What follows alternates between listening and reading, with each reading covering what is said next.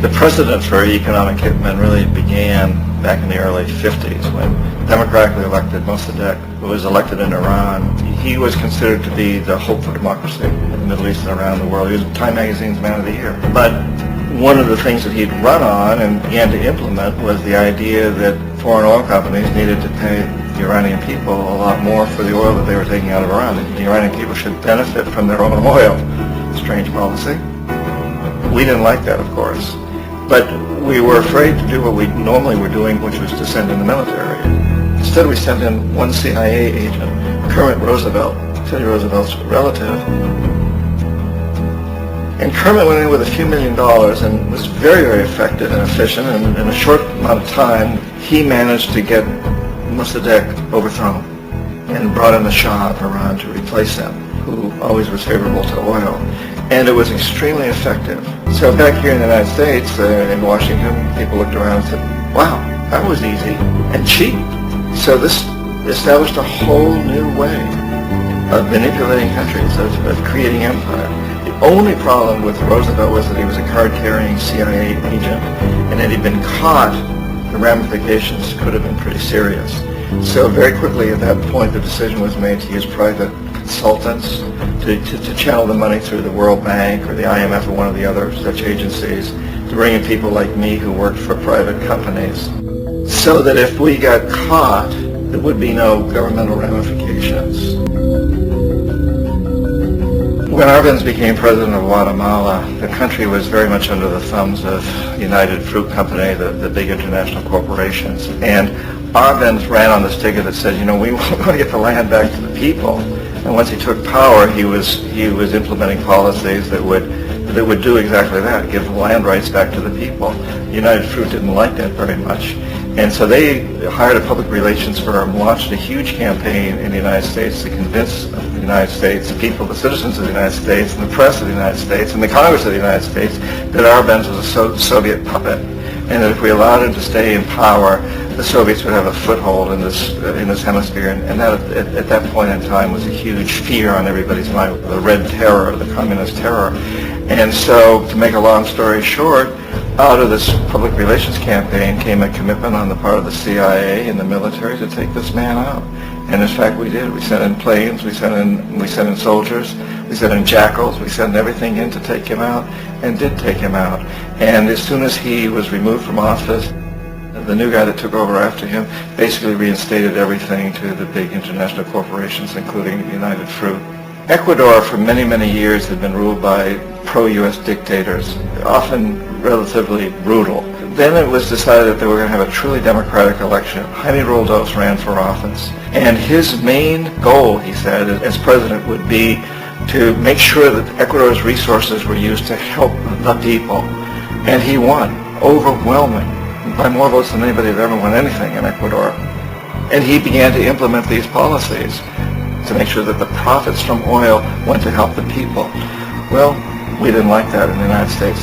I was sent down as one of several economic hitmen to change Roldos, to corrupt him, to bring him around, to let him know, okay, you can get very rich, you and your family, if you play our game, but if you continue to try to keep these policies you've promised, you're going to go. He wouldn't listen. He was assassinated. As soon as the plane crashed, the whole area was cordoned off.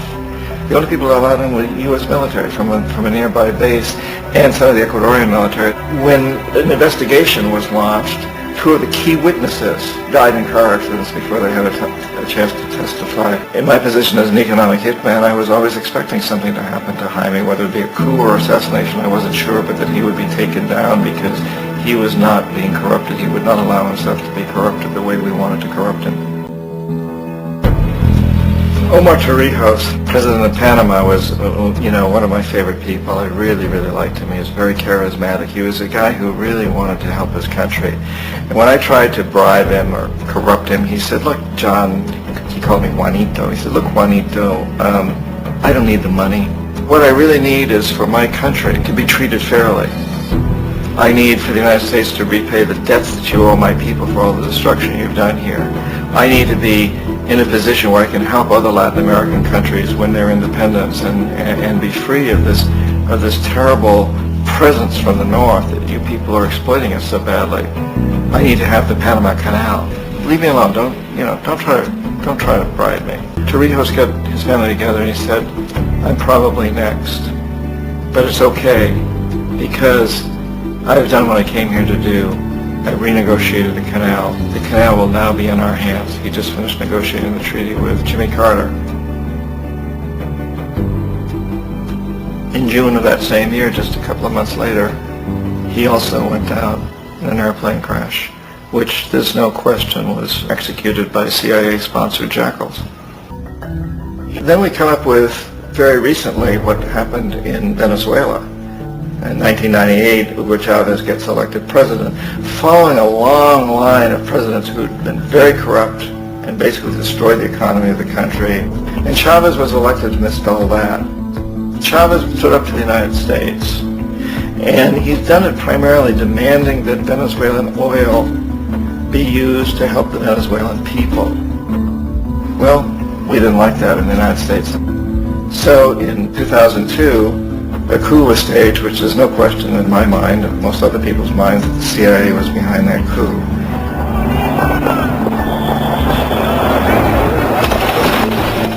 The way that coup was fomented was very reflective of what Kermit Roosevelt had done in Iran, of paying people to go out into the streets, to riot, to protest, to say this Chavez is very unpopular. If you can get a few thousand people to do that in television, and can make it look like it's the whole country, and things start to mushroom. Except in the case of Chavez, he was smart enough, and the people were so strongly behind it that they overcame it, which was a phenomenal moment in the history of Latin America. Iraq actually is a perfect example of the way the whole system works. So we economic hitmen are the first line of defense. We go in, we try to corrupt the governments and get them to accept these huge loans, which we then use as leverage to basically own them. If we fail, as I failed in Panama with Omar Torrijos and in Ecuador with Jaime Roldos, men who refuse to be corrupted, then the second line of defense is we send in the jackals. And the jackals either overthrow governments or they assassinate. And once that happens, when a new government comes in, boy, it's going to toe the line, because the new president knows what will happen if he doesn't. In the case of Iraq, both of those things failed. Economic hitmen were not able to get through to Saddam Hussein. We tried very hard. We tried to get him to accept a deal very similar to what the House of Saud had accepted in Saudi Arabia, but he wouldn't accept it. And so the jackals went in to take him out. They couldn't do it. His security was very good. After all, he had one time worked for the CIA. He'd been hired to assassinate a former president of Iraq and failed, but he knew the system. So in 91, we send in the troops and we take out the Iraqi military. So we assume at that point that Saddam Hussein is going to come around. We could have taken him out, of course, at that time, but we didn't want him. He's the kind of strong man we like. He controls his people. We thought he could control the Kurds and keep the Iranians in their border and keep pumping oil for us. And then once we took out his military, now he's going to come around. So the economic hitmen go back in the 90s without success. If they'd had success, he'd still be running the country. We'd be selling him all the fighter jets he wants and everything else he wants. But they couldn't. They didn't have success. The jackals couldn't take him out again. So we sent the military in once again, and this time we did the complete job and took him out. So, Iraq shows the three stages. The economic hitmen failed there. The jackals failed there. And as the final measure, the military goes in. And in that way, we've really created an empire. But we've done it very, very subtly. It's clandestine. All the empires of the past were built on the military. And everybody knew they were building them. So the British knew they were building them, the French, the Germans, the Romans, the Greeks. And they were proud of it. And they always had some excuse, like spreading civilization, spreading some religion, something like that. But they knew they were doing it. We don't.